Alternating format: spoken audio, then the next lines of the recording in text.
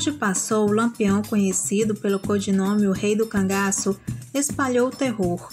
O historiador João Souza Lima é considerado um dos principais historiadores do cangaço e escritor de diversos livros sobre o tema. Por muitos anos, João tem levantado informações sobre Lampião e nos revela algumas histórias cruéis que cercam a figura quase mitológica do cangaceiro. Essas histórias são consideradas por uns que juram serem verdadeiras e outros garantem que são apenas causos de Trancoso, como falamos aqui no Nordeste. No vídeo de hoje, iremos conhecer essas histórias e não se esqueçam de deixar sua opinião aí nos comentários.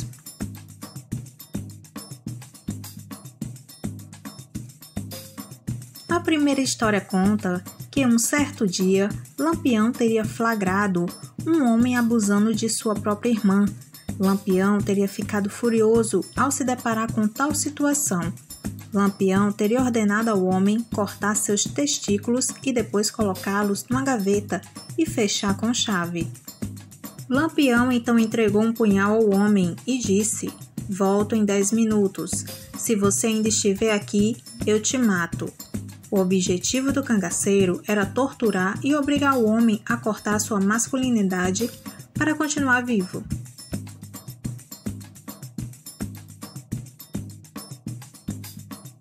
Os crimes e a fama de violento do Rei do Cangaço causavam muito medo à população sertaneja. Nos sertões, eram espalhadas muitas histórias que contam as façanhas do terrível vilão sanguinário, o cangaceiro Lampião. Uma dessas histórias foi criada pelos Volantes, codinome da polícia da época, que espalharam que Lampião matava crianças com seu punhal. De acordo com a história contada pelos policiais, Lampião jogava as crianças para o alto e as amparava com um punhal. Essa história, sendo verdadeira ou não, tinha o objetivo de afugentar os sertanejos que ajudavam a esconder os cangaceiros, os chamados coiteiros.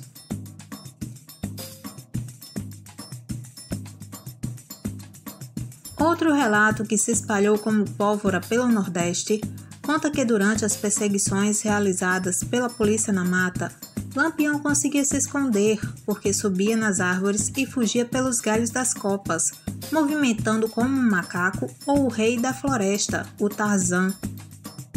O historiador João Souza Lima disse que essa história foi publicada em um livro sobre o cangaço, como se fosse verdade, e que muita gente ainda hoje acredita nessa história, mesmo sendo desmentida por ele e outros historiadores. João teria dito: "Quem conhece a Caatinga sabe que na região onde Lampião passou e lutou, não havia árvores com copas." Pois é, meus amigos, quem conhece o Nordeste sabe que a nossa vegetação é adaptada para o clima semiárido. Então não existe árvores grandes com copas altas, e sim árvores menores e com espinhos. Então seria impossível Lampião virar um Tarzan e ficar pulando de galho em galho, né?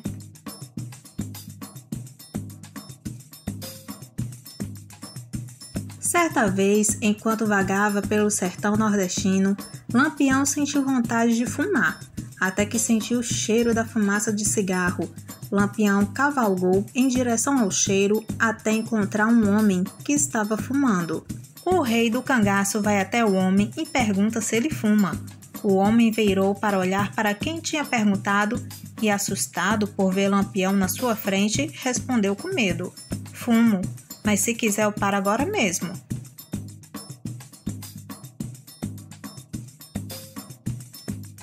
Outra história lendária sobre o Rei do Cangaço, contada nas rodas de conversa no Nordeste até hoje, é a de que Lampião chegou à casa de uma senhora viúva e pediu que ela preparasse uma refeição para ele e para seu bando. A mulher cozinhou, mas estava tão assustada com a presença do bando de cangaceiros em sua casa que esqueceu de colocar sal na comida durante o preparo. Um dos cangaceiros do grupo de Lampião teria reclamado que a comida estava insossa.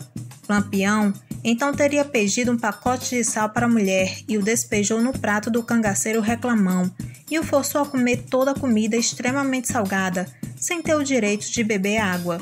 O cangaceiro teria morrido antes mesmo de terminar a refeição. Olá, meus queridos companheiros, dando uma paradinha bem rápida aqui no vídeo para pedir o seu like e pedir para que você se inscreva no canal. Desse modo você estará ajudando o canal a crescer e também acione o sininho de notificações, assim você sempre receberá as notificações de vídeos novos.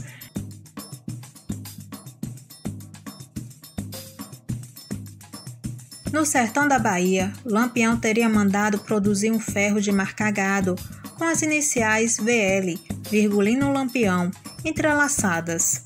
Certa vez, Lampião encontrou uma moça muito bonita que o rejeitou. Com raiva, Lampião mandou esquentar o ferro e marcar as duas coxas e as nádegas da pobre moça. No interior de Curaçá, Lampião teria novamente usado seu ferro de marcar gado em duas moças que lhe rejeitaram. Uma delas era noiva e, após ser marcada, enlouqueceu.